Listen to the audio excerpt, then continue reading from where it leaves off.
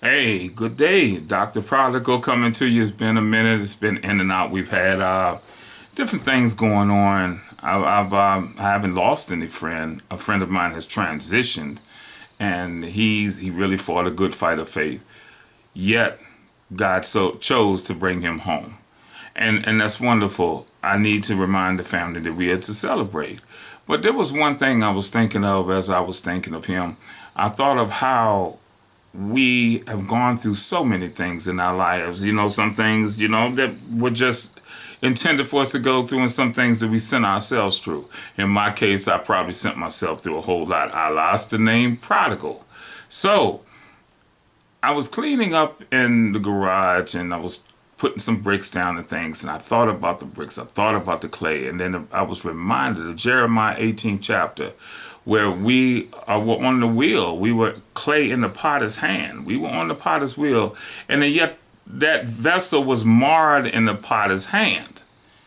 And he had to break it over, he had to redo it, and then he made it a vessel that he saw fit after he broke it down and brought it back up as clay. Now, I've been to a potter before, and I just sat back and watched, and I saw how he was really just working with the clay. He was working with it, working with it, working with it. Then he put it in the kiln. So when he put it in the kiln, and there was a small, you could hardly see the crack, he said, I can't use this. He broke it all again. Now, the shards that he broke, you can mix it with water, and then it brings it back up into a clay again. And he was able to move it, and he started again with the water. He started with the wheel, he was molding it again. He put it back in the kiln. It came out. It was still a small crack, not as long as the other one, but a small crack. He broke it again. He worked it again. Now I'm sitting there watching saying, this man is for real. So as the third time that he got it in, he came out, he nodded. He said, yes, now I can work with this. Then he began to paint it and everything and after that. But until he got that vessel the way that he needed it, he wasn't putting any paint, any gloss or whatever on it, and he wasn't putting it back in the kiln. Well, that's something like God does with us. We're already made from the clay. Or people say dirt, clay, whatever it is. I believe the Hebrew leans more toward the clay. So God formed us from the clay. He had an intent for us. But yet through our own actions and desires, because God can't make us do anything, he allows us to choose, even though he doesn't want us to exercise freedom of choice. But he allows us to do whatever we need. And sometimes he has to break us down, remold us, put us back through a fire. Because as you're being molded, before you're fit for use, you must go into the fire. You must be purified. You must be hardened. So this is what happened. And I began to reflect over my life. The things that I have gone through before I even knew God, and things that I've gone through after I've known God, decisions I've made before and after. All of these things, no doubt, God knew I was going to go through them, but no doubt they also disrupted my destiny and my purpose. What does God do? When we go back to him and repent, he breaks us down again, he molds us again, he puts us back up on the wheel, and then as we see now that we can be used, back into the fire again.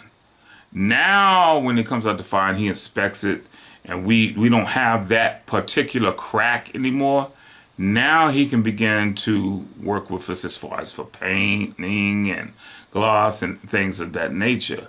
But I thought about everything that I went through. I've caused some cracks. Oh my gosh, there have been things that I've done. I've been in relationships that I didn't see a red flag. I saw a whole marching battalion of red flags. And yet I went through and stuck with the relationship. Did I pay for it? Yes, I did suffer the consequences. Can I blame God? No. Because it was me that wanted that. I wanted that so bad. I often hear young women say, oh, if I'm going to get him saved. Well, you ain't even getting yourself saved. So how you going to get him saved? But he'll go along with whatever it is because you're taking the place of God. So therefore he can be in your presence. And while you getting him saved, He ended up getting you pregnant. Go figure that one out. But let's go back to my own life. In my life, I've done many things. I could have gone one direction. I chose to go another. But yet God has always been merciful. And I'm reminded of Romans 8:28. All things work together for good for those who love the Lord and are called according to his purpose. So regardless of what I was going through, it's all about his purpose, not mine. His purpose. And one day I asked God, I said, Lord, I've been through so much. I've gone through this, I've gone through that, I've experienced this, I've had to see this. Why did you allow me to experience all of this? Or even to go through it? And the only thing I heard in my spirit was that he spoke, I can trust you to tell it. Do I tell it all in detail every time I open my mouth? No, I don't. No, I don't. Some people just take your experiences and they either try to use it against you or they'll try to, degrade you because you've gone through certain things, not realizing that these things are here. So what did I do before? I made something. I said, I remember the Newport. When everybody else is so high and mighty and I thought I was, and that Newport wouldn't let me loose, I remembered that. I remembered that is a struggle. So I can always remember that. I can remember other things. I can remember eating too much. I can remember certain things that people don't want to look at. We have pet sin. But that's not so. It's all equal. I don't care whether it's murder or still in the paperclip. It's equal in unrighteousness. So therefore, we have sin. But again, the pieces of my life, the pieces. Each, what I considered at the time maybe an adverse situation, was really setting me up to help someone. Yes, I had to experience it. So when that person that God placed in my path saying, well, you don't know what you're talking about. Yes, I do. I've had X, Y, and Z. I've dealt with X, Y, and Z. Now, that's why I'm telling you what's getting ready to happen or what's not going to happen if you continue down this road. Sometimes do they listen? Yeah. Sometimes no. And like I said, when you speak of your testimony sometimes to people, and people just have this misconception that just because you may be in the ministry or you may have a title or you may even look good on the outside. You may have possessions that people just think that this is putting you on top of the earth and everything else. I'm like Paul. I count this all as dung. Save for the knowledge and excellency of my Lord and Savior, Jesus Christ. This means nothing. And part of it is the prophetic, leaning. This is temporary. Why? Because everything that's seen is temporary, but that which is unseen is eternal. So I'm constantly looking toward the eternal because I realize that just like Solomon, somebody else is going to enjoy everything that you worked of your hands because you're not going to be here forever. And I've never seen a U-Haul behind a hearse.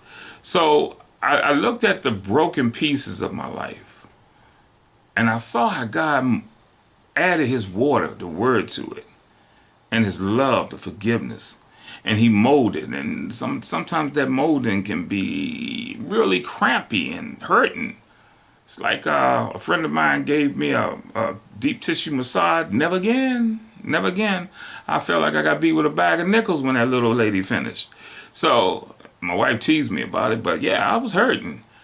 And that's how sometimes it is when God is remolding us. He has something for us to do, but we may go a different direction. So he has to break it, mix it again with water, all over again, reshape it, remold it, spin it back into the fire again, back into the fire. Well, you already figured out, being a prodigal, I went in the fire a whole lot of times. But each time I came out, I had a new appreciation for not only the potter, not only the water, not only the molding of the wheel, but I had a real appreciation for the fire. Because without the fire in that potter's atmosphere, in his environment, you won't get ready for use. Without the fire, you won't have things that'll be drawn out of you. Without the fire, you won't be hardened where you can withstand some wear and tear. So we don't need to despise the breaking, the pieces, or the fire. But we have to rejoice in the fact that he saw fit for us not to just throw us away, not to just throw us in the fire, and or just even if we came out with one little crimp, he didn't throw us away. He had to break us down again. He put us on the wheel again after he mixed us with water and got the consistency right.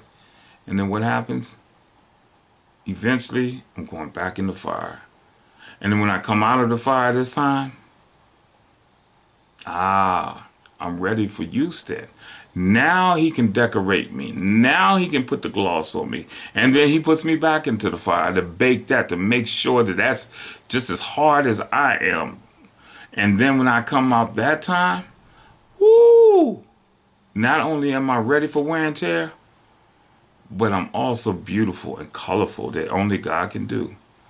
So the next time that someone tells you what you've been through, or what you've done, or what you didn't do, where you've been, or where you haven't been, you just remember, God is still molding you. And all of that other stuff brings it out into something that's fit for the master's use. Now, will there be some vessels of honor and dishonor? Yes. But yet he still uses all of those vessels. I'm just glad to be a vessel used by God. So people, I'm going to say, when you look back on your life, look at all the bad times too. Look at all the pain that you've been through.